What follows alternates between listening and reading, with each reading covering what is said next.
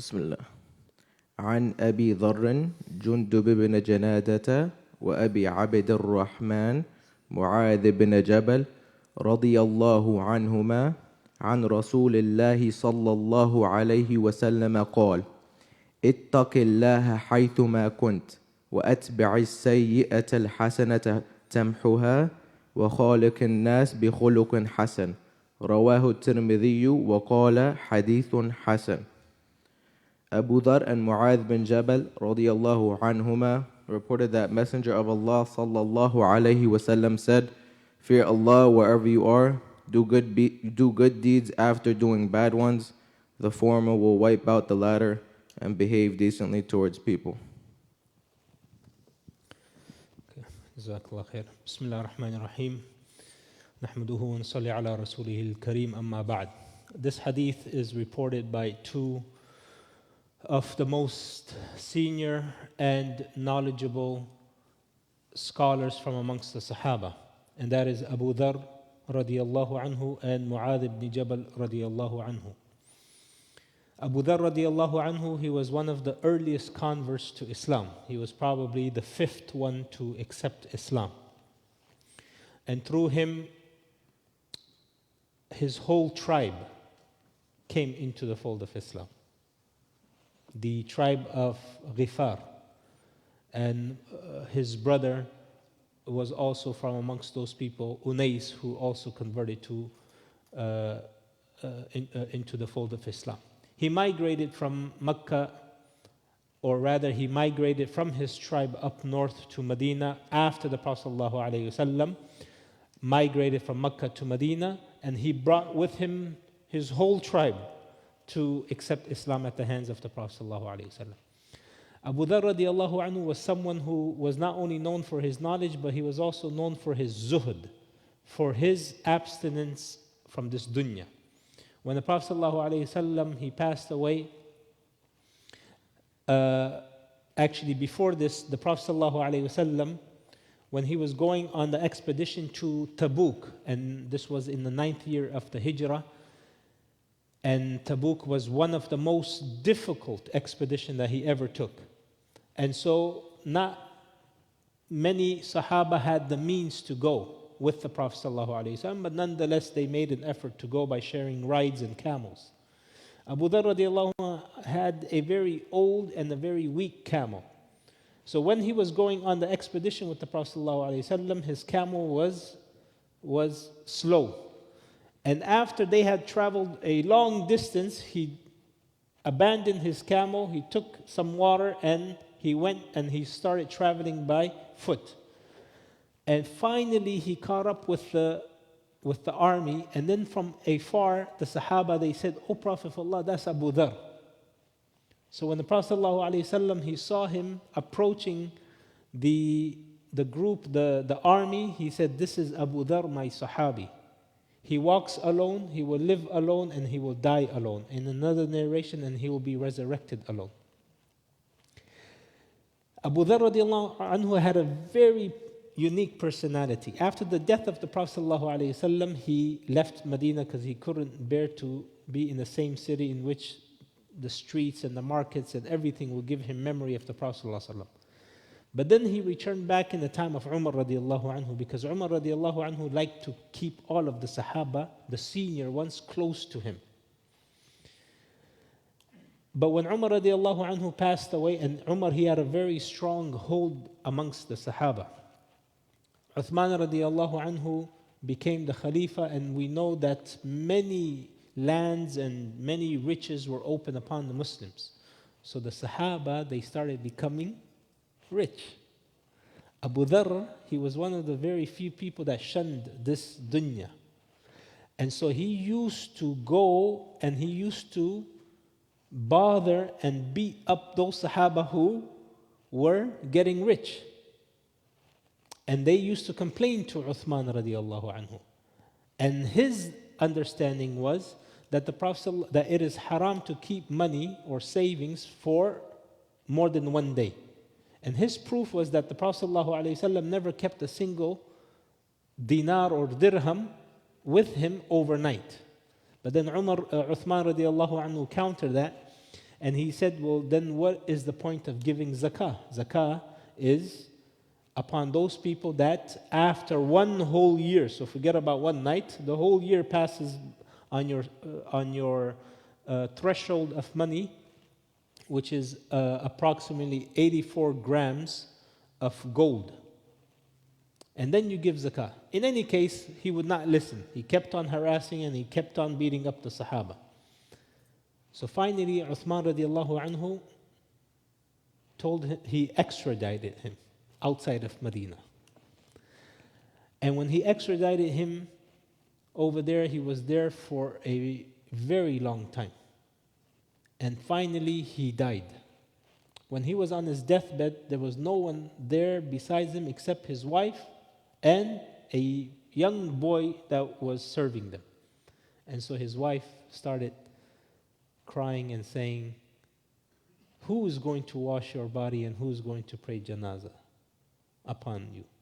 So Abu Dharr, he said, the Prophet ﷺ told us truth, that I will live alone and I will die alone, but there will be a group of people that will pray upon me and bury me. And sure enough, when he died, his wife went to the road. And there were pilgrims coming from Iraq to go to Mecca to perform the Hajj. And she said that my husband, so she told them, there was a group that came, and she told them, come, my husband has died, and no one is there to perform the janazah on him or to bury him, and I'm too weak to dig up any grave. So these group of people, they went to the tent where he was temporarily being, housed. And the leader, when he picked up the cloth from his face, he started to cry and he said, this is Abu Dharr radiallahu anhu, the companion of the Prophet sallallahu alayhi wasallam.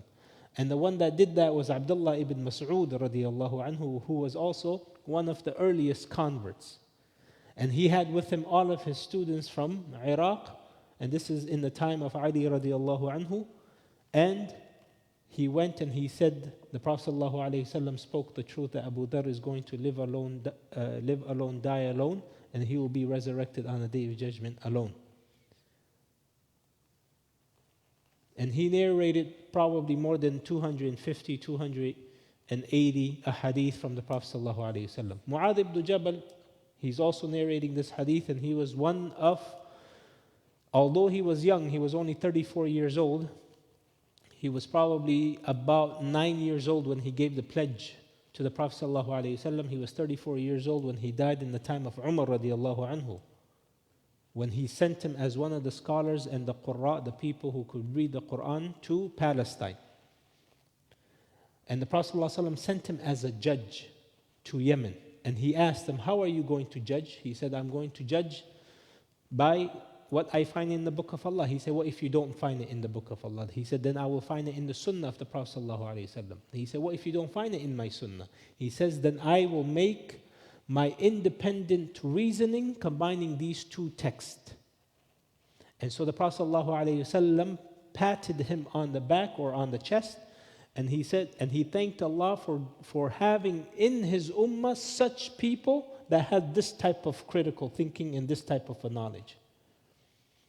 And so when he was sending him away, he told Mu'adh, he said, oh Mu'adh, maybe when you return you will not find me. And so he started to cry. And you see the Sahaba, they left the presence. Imagine what would we give right now to be in the presence of the Prophet ﷺ. Whatever money I have in my bank account, I will sell my house, I will give everything just to go and make hijrah and see the Prophet ﷺ. And I'm sure all of us would do the same. Just to see the Prophet and be in his company.